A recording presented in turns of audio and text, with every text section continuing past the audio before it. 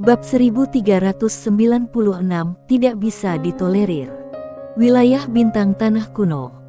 Sander Ye perlahan menutup matanya, mengingat kembali kenangan Zago Xuan dan Tuan Yong yang belum tuntas dalam benaknya. Tak lama kemudian, ia memperoleh pemahaman umum tentang tanah kuno ini. Dahulu kala, hanya ada satu peradaban di wilayah tanah kuno, yaitu peradaban tanah kuno. Peradaban ini merupakan peradaban asli tanah kuno, tetapi kemudian, karena tempat ini memiliki urat nadi leluhur roh yang legendaris, tempat ini menjadi tujuan yang didambakan oleh banyak peradaban. Nadi leluhur roh. Ini adalah urat nadi spiritual tingkat tertinggi di alam semesta yang diketahui saat ini. Dikabarkan bahwa urat nadi spiritual tingkat ini hanya dimiliki oleh peradaban leluhur yang legendaris. Peradaban leluhur. Menurut legenda, pemimpin peradaban leluhur adalah pemimpin bersama semua peradaban di alam semesta, yaitu pemimpin bersama alam semesta. Konon urat nadi leluhur roh ini diperoleh dewa tua dari peradaban tanah kuno saat ia pergi ke sistem bintang leluhur yang legendaris. Terlepas dari benar atau tidak, di antara peradaban yang diketahui saat ini, hanya tanah kuno yang memiliki urat nadi leluhur roh ini. Hal yang paling menakutkan tentang urat nadi leluhur roh ini adalah bahwa energi spiritual tak terbatas dan tak habis-habisnya, dan tingkat energi spiritual jauh lebih tinggi daripada semua urat spiritual lainnya. Justru karena itulah seluruh tanah kuno didambakan oleh banyak peradaban. Untungnya, peradaban tanah kuno itu sendiri sangat kuat, terutama dewa kuno, yang benar-benar tak terkalahkan dan luar biasa. Oleh karena itu, meskipun mereka mendambakannya, tidak ada peradaban yang berani menyerang tanah kuno. Tetapi, kemudian, dewa kuno tanah kuno tiba-tiba menghilang, dan peradaban tanah kuno tidak memiliki pemimpin. Segera setelah itu, peradaban lain mulai mengarahkan pandangan mereka ke tanah kuno. Kemudian, di bawah pimpinan penguasa abadi, peradaban abadi dengan paksa memasuki tanah kuno. Kemudian, peradaban Sui Ming tiba. Perang pendirian Peradatian Sui Ming adalah yang paling intens, khususnya bagi pengurus utama peradaban Sui Ming, Cinta Pei. Ketika ia pertama kali datang ke tanah kuno, ia menghancurkan segalanya dengan sifatnya yang tak terkalahkan, dikenal sebagai buah yang paling menakutkan setelah Dewa Tua. Semenjak itu, peradaban Sui Ming juga telah memantapkan kedudukannya di tanah kuno. Ketiga peradaban akhirnya mencapai konsensus, membentuk aliansi, dan hidup damai sejak saat itu. Tentu saja, ada juga insiden besar selama periode ini. Saat itu, pengurus utama peradaban Sui Ming, Cinta Pei, tiba-tiba memberontak tanpa alasan yang jelas dan hampir menghancurkan seluruh tanah kuno. Ketiga peradaban bergabung dan akhirnya melawannya. Tetapi apa yang sebenarnya terjadi tetap menjadi misteri. Setelah beberapa saat, Sander Ye perlahan membuka matanya dan berbisik, "Dewa Tua, Tuan Abadi, Cinta Pei." Nama ini kedengarannya seperti bos besar. Pagoda kecil bertanya, "Apa rencanamu selanjutnya?" Sander Ye tersenyum dan berkata, "Aku akan menangkis gerakan musuh." Sambil berkata demikian, dia berjalan menjauh. Pagoda kecil tiba-tiba mendesah, "Anak kecil, aku merasa musuhmu lebih kuat dari ayahmu." Sander Ye tersenyum dan berkata, "Sebenarnya tidak seburuk itu. Pikirkanlah, di dunia sekuler, jika seseorang ingin menjadi kaisar, apakah dia tidak akan memiliki banyak musuh dan bukankah sangat kuat? Tentu saja, aku tidak tahan jika pemilik pena Tao bajingan ini mempermainkanku seperti itu." Ketika dia memikirkan si brengsek yang sedang menyapu lantai, dia menjadi sangat marah. Dia bisa menerima musuh yang normal, tetapi bagaimana dia mampu melawan musuh yang tidak normal ini? Bukankah ini memaksanya menjadi raja pendukung? Memikirkan hal ini, Sander Ye terkejut. Oh sial, mungkinkah ini niat sebenarnya dari pemilik pena Tao? Pertempuran Dao Agung. Ayah aku mendirikan akademi untuk menegakkan tatanan. Betapa menyedihkan hidupnya. Kemudian, era ayah berakhir, dan dia tidak lagi berpartisipasi dalam perjuangan tatanan. Konspirasi. Dia merasakan adanya konspirasi besar. Pemilik Penatau sialan itu mungkin mencoba memaksanya mundur dari pertempuran demi Daol. Mengapa? Sander Ye tiba-tiba mendesah dalam-dalam. Dia benar-benar kelelahan karena harus berhadapan dengan peradaban Sui Ming dan berhati-hati terhadap pemilik Penatau yang mungkin memainkan trik kotor di belakangnya. Dia butuh bantuan. Pagoda kecil berkata, "Jangan mendesah, aku bersamamu." Sander Ye berkata, "Tuan Pagoda, aku tidak bermaksud apa-apa lagi, tetapi sudah saatnya kamu meningkatkan kemampuan." Pagoda kecil. Pada saat ini, Sander Ye tiba-tiba menoleh dan melihat. Ribuan kaki jauhnya di sebelah kanan, ada sebuah kapal bintang yang terbang lewat. Ketika dia melihat kapal bintang itu, Sander Ye terkejut. Ukuran kapal bintang ini keterlaluan. Kapal bintang ini sebesar planet dan kecepatannya sangat cepat. Begitu muncul di wilayah bintang ini, tekanan atmosfer yang mengerikan datang ke arahnya seperti lautan yang luar biasa. Sander Ye dengan cepat melepaskan kekuatan pedangnya untuk melawan, tetapi area ruang dan waktu tempat dia berada masih hancur dan berubah bentuk. Pada saat ini, kapal bintang itu tiba-tiba melambat.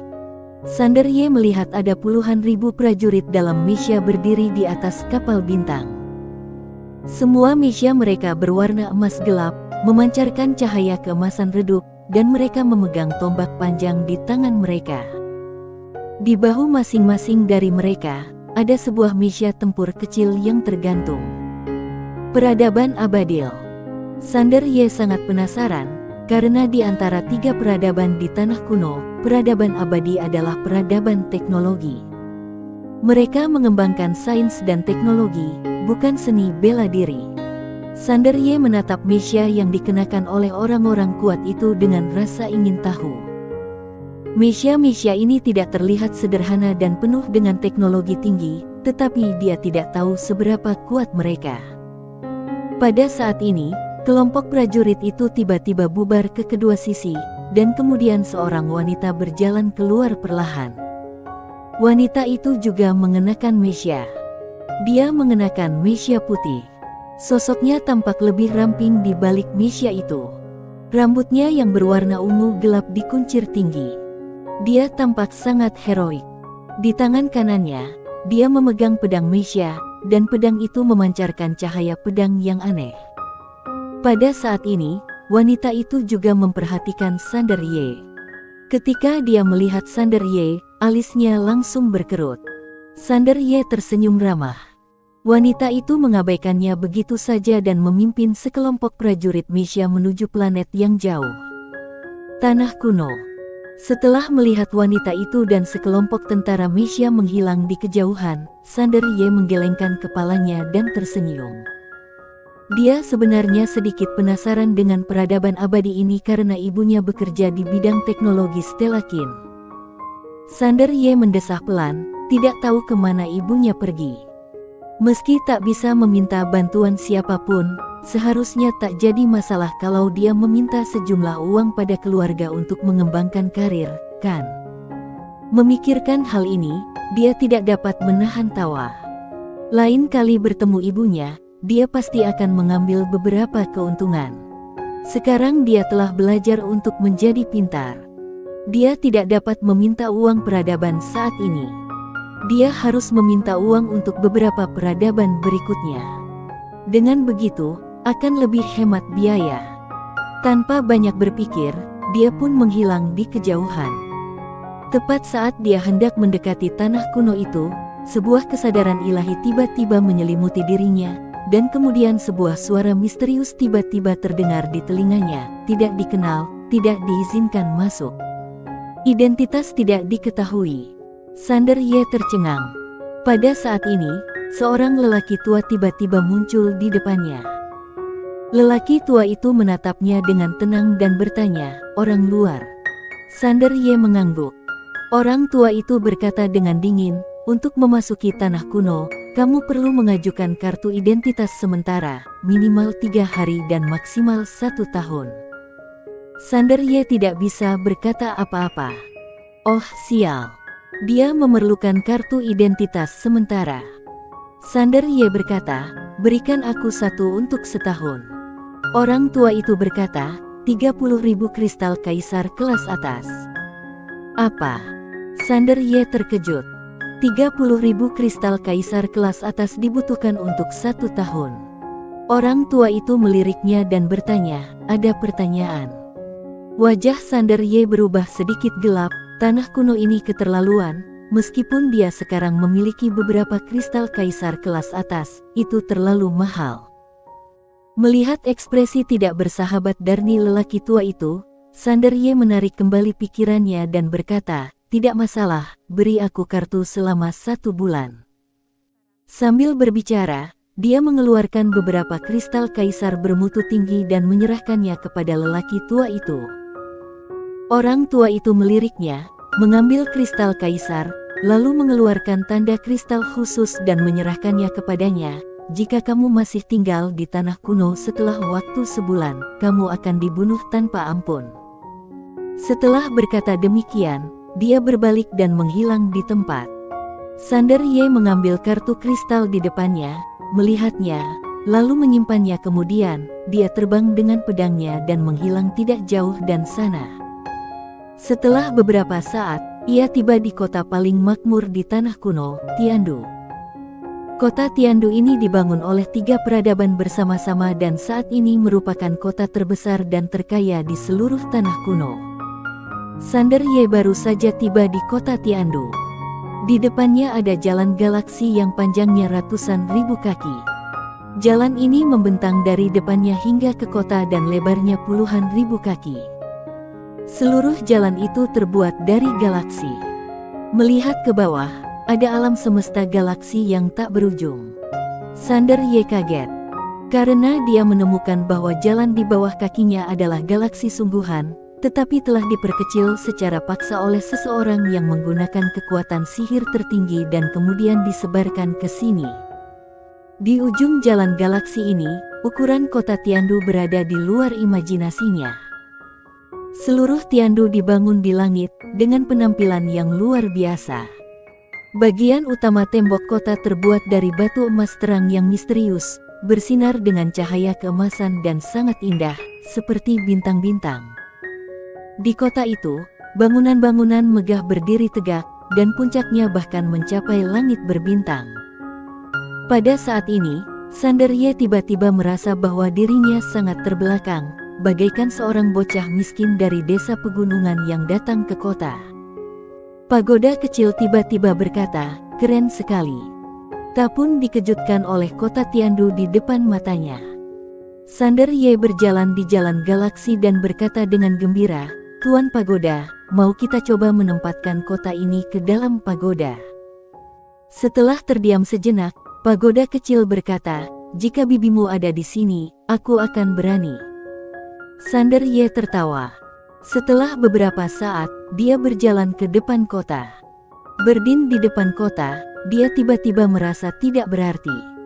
Setelah memasuki kota, Sander Ye menemukan bahwa bangunan-bangunan di kota itu bahkan lebih makmur. Dia tidak tahu dari bahan apa bangunan-bangunan itu dibuat. Semuanya memancarkan cahaya redup, tetapi tidak menyilaukan. Yang paling menakutkan adalah setelah memasuki kota, dia menemukan bahwa energi spiritual di kota itu setidaknya 10.000 kali lebih kaya daripada yang ada di pagoda kecil. 10.000 kali. Apa konsepnya? Terlebih lagi, kualitas energi spiritual itu tidak ada bandingannya dengan esensi kaisar kelas atas. Tidak, esensi kaisar kelas atas hanyalah sampah di hadapan energi spiritual Inil. Dalam sekejap, dia benar-benar melihat ke bawah pada urat nadi esensi kaisar tingkat atas di pagoda kecil itu. Pada saat ini, dia merasa sedikit rendah diri. Ternyata peradaban maju sangat kaya. Kalau saja putih ada di sini, putih bisa saja menipu urat nadi leluhur roh. Sander Ye mendesah pelan. Dia benar-benar kekurangan uang sekarang. Yang tidak Sander Ye ketahui adalah bahwa di dalam lembaga pernikir peradaban Sui Ming, Gujina Sui sedang menatap tirai cahaya di depan mata bersama sekelompok orang dari lembaga pemikir tersebut, dan di dalam tirai cahaya itu ada dia. Persetan. Pada saat ini, di dalam tirai cahaya, Sander Ye tiba-tiba berteriak dengan gembira. Dia segera berlari ke sebuah patung di sebelah gerbang kota. Dia membelai patung itu dengan hati-hati dan berkata dengan gembira, "Lihat, Tuan Pagoda, ini terbuat dari kristal kaisar kelas atas." "Tidak, ini bukan kristal kaisar kelas atas, ini seharusnya kristal esensi ilahi kelas atas yang legendaris." "Sialan, kristal esensi ilahi bermutu tinggi. Batu kristal yang jauh lebih unggul dari kristal kaisar terbaik. Satu buah dapat ditukar dengan setidaknya puluhan ribu kristal kaisar terbaik."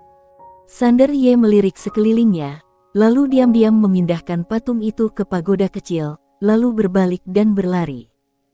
Di dalam lembaga pemikir, semua orang terdiam, bersambung.